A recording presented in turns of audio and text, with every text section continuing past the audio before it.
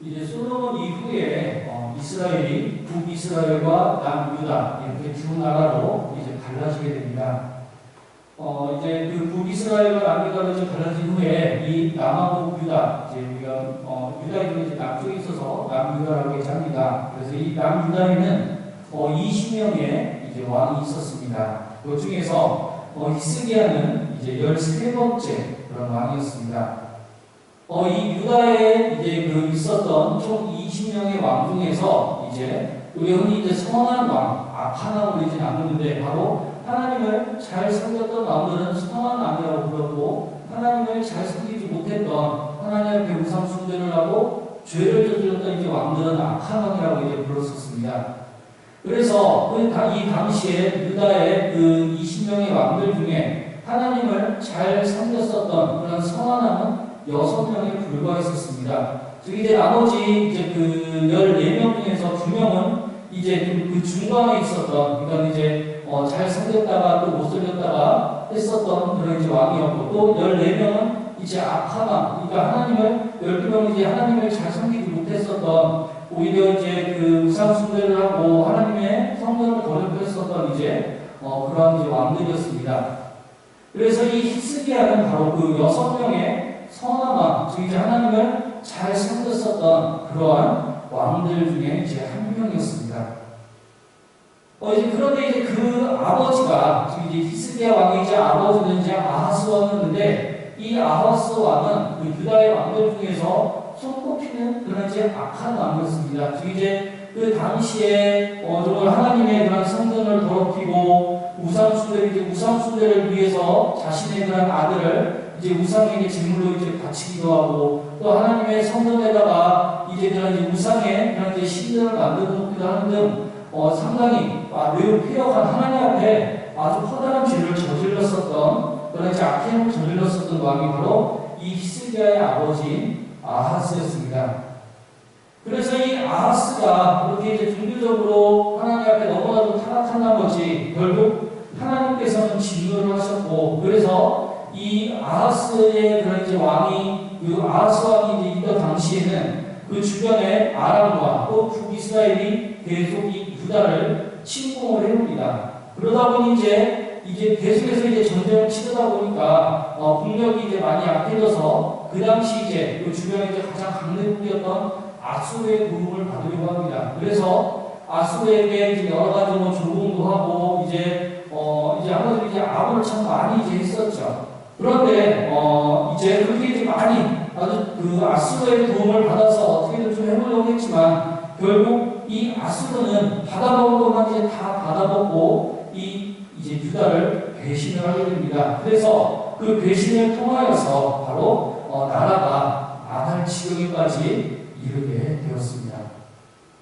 아버지의 이러한 그 악정으로 인해서 이 유다가 쇠약해질 대로 쇠약해졌을 때 바로 그 나라를 이어받았었던 것이 바로 이 히스기야 왕이었었습니다.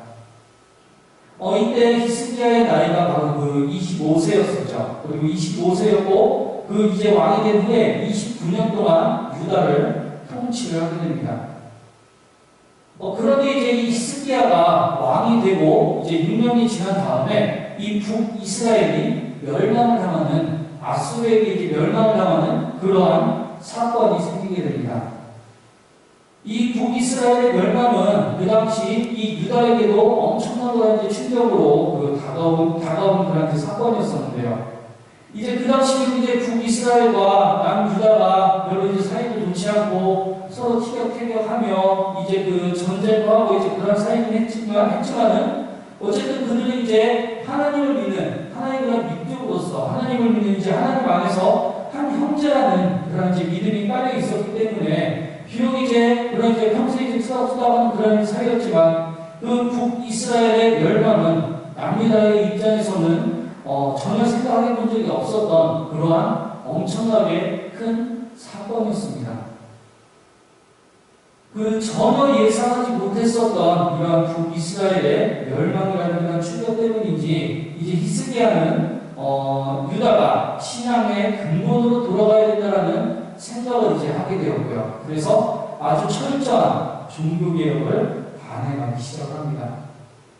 그 우상 숭배의 그런 소굴이었던 이제 산당을 철저하게 이제 그 제거를 했고, 또 수백 년 동안 우상으로 섬기고 있었던 모세의 룩뱀도 과감하게 이제 부숴버립니다. 이제 그 광야 시대에 그 이제 룩뱀으로부터 이제 지켜줬었던 그 모세의 룩뱀을 이제 오랜 시간이 지나니까 그 모세의 룩뱀조차도 이 이스라엘 백성들은 우상처럼 이제 숭배했었던 것이죠. 그래서 그 모세의 룩뱀도 이제 과감하게 없애버렸었던 것입니다.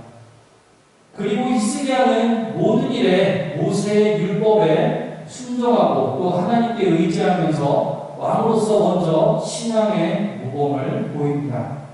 그렇게 믿음으로 나라를 바로 세우려고 이제 노력을 했었던 것이죠. 그리고 하나님께서 가장 먼저 원하신 것이 무엇인가를 생각을 합니다. 즉 하나님이 가장 원하시는 것부터 이제 개혁을 시작을 했었던 것이죠. 당시 유다 왕국은 정말로 여기저기 참으로 굶어 터지지 않았던 곳이 없었고, 또 정말로 나라 자체가 정말로 바로 오늘 멸망당해도, 바로 오늘 이제 멸망당해도 이상하지 않을 만큼 이렇게 아주 엉망했었던 이제 그런 나라였지만, 정말로 해결해야 될 문제가 너무나도 수없이 많은 그런 나라였지만, 히스기야는 가장 먼저 성전을 깨끗하게 하는 일부터 나라의 개혁을 시작을 합니다. 그리고 그렇게 성전을 깨끗하게 하고 하나님께 예배를 드리는 것을 회복하는 일을 가장 먼저 하게 됩니다. 히스기야는 현재 이 유다가 가지고 있었던 그런 모든 문제들을 해결하기 위해서는 반드시 하나님의 도우심이 필요하다라고 이제 생각을 했습니다. 그래서 하나님의 도우심을 받기 위해서는 먼저 그 더럽혀진 성전을 깨끗하게 하고 또 하나님께 예배드림을 회복해야 된다라고 생각을 했었던 것이죠. 즉 아주 많은 그런 모든 문제들을 해결하기 위해서는 반드시 먼저 성전을 깨끗이 하고 하나님께 대한 예배가 회복이 되어야 하나님이 이 모든 문제들을 해결해 주실 것이라는 것을 바로 알았었던 것이죠.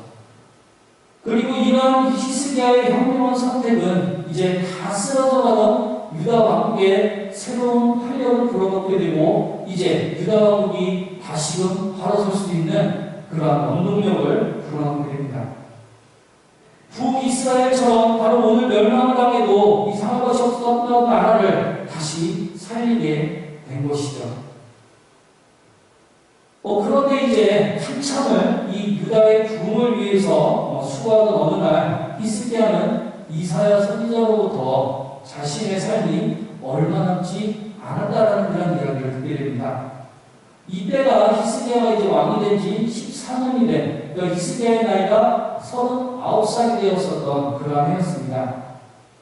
본문 1절에 보면 그때의 히스기야가 병들어 죽게 되매 아모스의 아들 선지자 이사야가 그에게 나아와서 그에게 이르되 여호와의 말씀이 너는 집을 정리하라 내가 죽고 살지 못하리라 하셨나이다 라고 하고 있습니다. 이 당시에 이제 유다는 아수르와 전쟁을 치르고 있었던 그런 시절이었습니다. 이제 아수르가 그 북이스라엘을 이제 멸망을 시킨 다음에 남유다에게 이제 여러 가지 요구를 했었죠. 여러 조금도 요구를 하고 또 여러 가지 그런 이제 자신들의 그런 이제 요구 조건들을 요구를 했지만 이 유다가 이제 비협조적으로 이제 나오자 이제 그 남유다마저 멸망을 시키기 위해 처음으로 온 것입니다. 이 당시에 이제 믿음의 사람이었던 이 히스기야도 처음에는 이제 잘못된 그런 행동들을 이제 합니다. 즉 이제 어떤 하나님의 생각, 하나님의 뜻대로 전쟁을 준비하는 것이 아니라 자신의 생각대로, 자신의 판단대로, 그러니까 이제 세상을 그냥 보는 판단대로 이제 모든 것들을 이제 행했었던 것이죠. 그래서 이제 이 아수르를 이제 달래기 위해서 이제 온갖 재물들을 이제 갖다 바칩니다. 이렇게 재물들을 갖다 바치면서 우리 싸우지 말고 좀 사이좋게 지내자, 좀 봐달라. 우리가 너희들 조공할 테니까 그럼 우리 좀 봐달라. 이제 그렇게 이제 했었던 것이죠. 하지만 이 아수르는 바로 히스기야의 아버지였던 아하스 때와 마찬가지로 재물만 꿀꺽하고 이제 어떤 히스기야의 약속을 이제 어기고 이제 유다에 쳐들어오게 됩니다.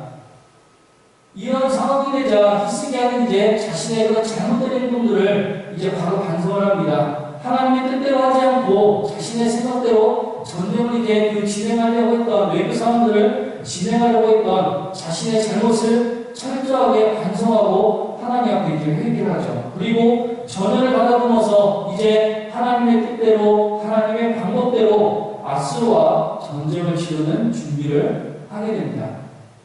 그리고 이렇게 이제 그 히스기야가 준비를 했었을 때 히스기야의 이러한 모습에 이사야 선지자를 통해서 이제 예루살렘을 구원해 줄 것이라는 약속을 해주시죠.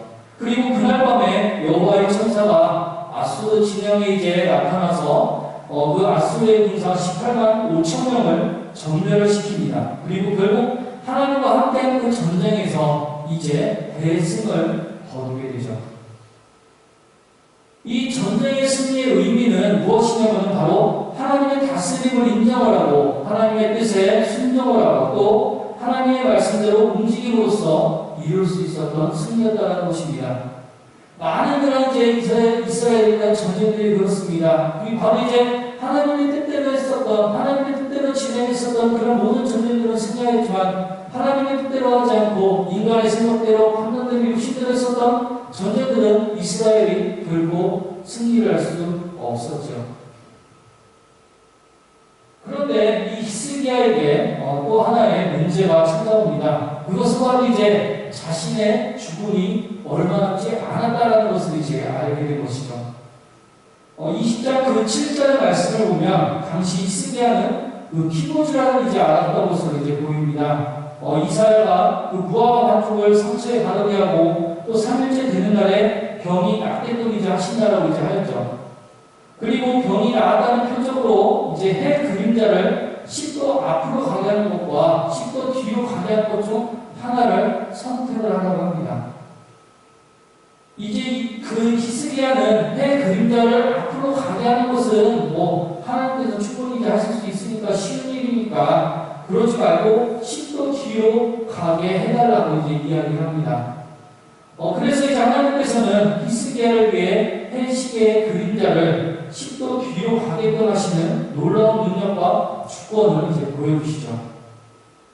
이사야를 통해 곧 죽게 될 것이라는 예언의 말씀을 전해들은 이제 그 히스기야는 벽을 향해서 울며 기도합니다. 2절 말씀을 보면 히스기야가 낯을 벽으로 향하고 여호와께 기도하여 이르되 라고 했습니다. 얼굴을 벽으로 향한다는 것은 이제 어떤 방해도 받지 않고 오직 하나님만을 바라보려는 히스기야의 절박하고 간절한 모습을 보여줍니다.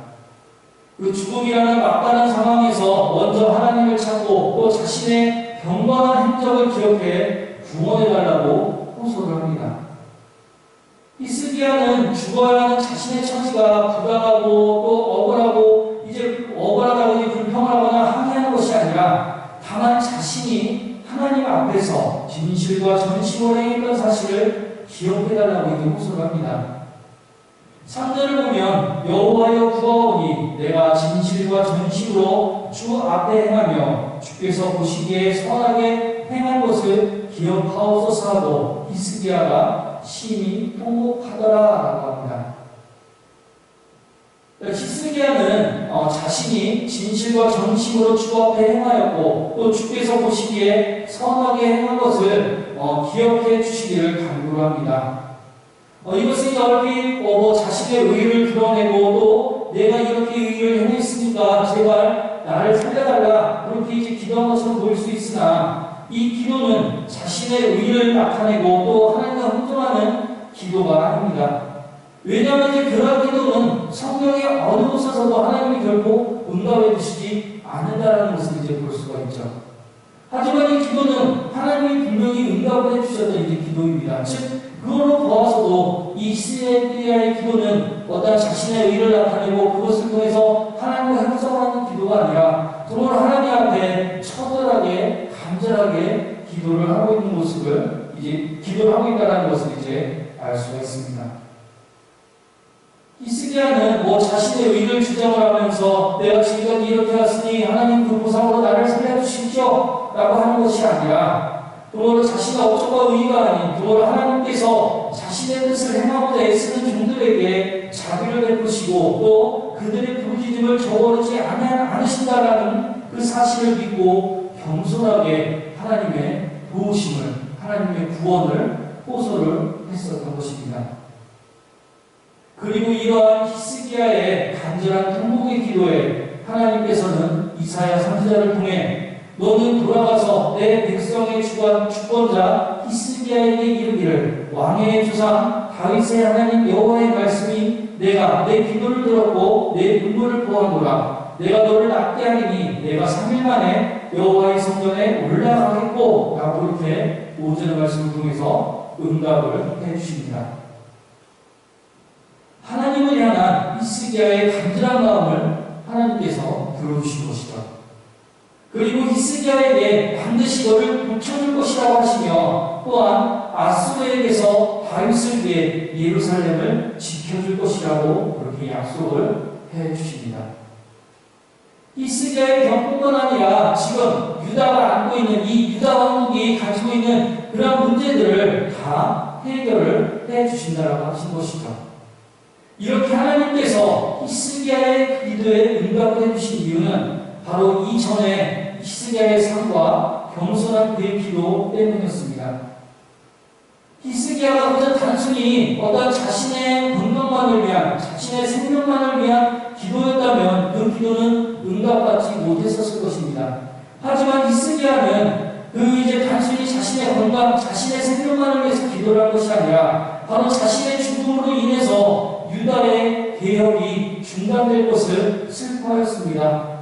이제 그 이전에 참으로 무서운 순간으로 인해서 타락할 대로 타락한, 참으로 엉망이 될 대로 엉망이 된 그런 나라를 참으로 하나님의 말씀 가운데 바로 세우고 하나님의 율법을 온전히 이끌려고 하는, 다시금 세우려고 하는 그 지금 시점에서 지금 자신이 죽게 되면 모든 것이 참으로 이제 다시 엉망이 되어버리기 때문에 모든 것이 개혁 이전에 이제 다시 이제 들어갈 것을 염려하여 하나님 앞에 간절히 기도해야 했었던 것이죠.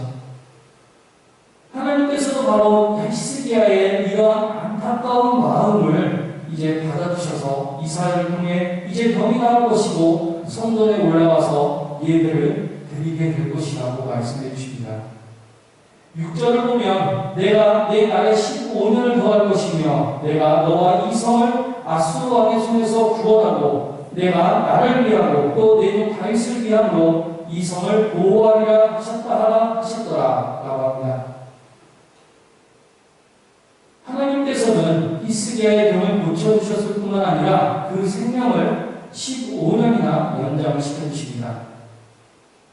히스기야의 치유됨은 그저 그냥 단순히 그 병이 나았다라는 개인적인 의미로만 끝나는 것이 아니라 바로 히스기야의 죽을 병을 낫게 하시는 은혜를 베풀 정도로 하나님께서 이 유다 왕국을 사랑하신다라고 하신 것입니다.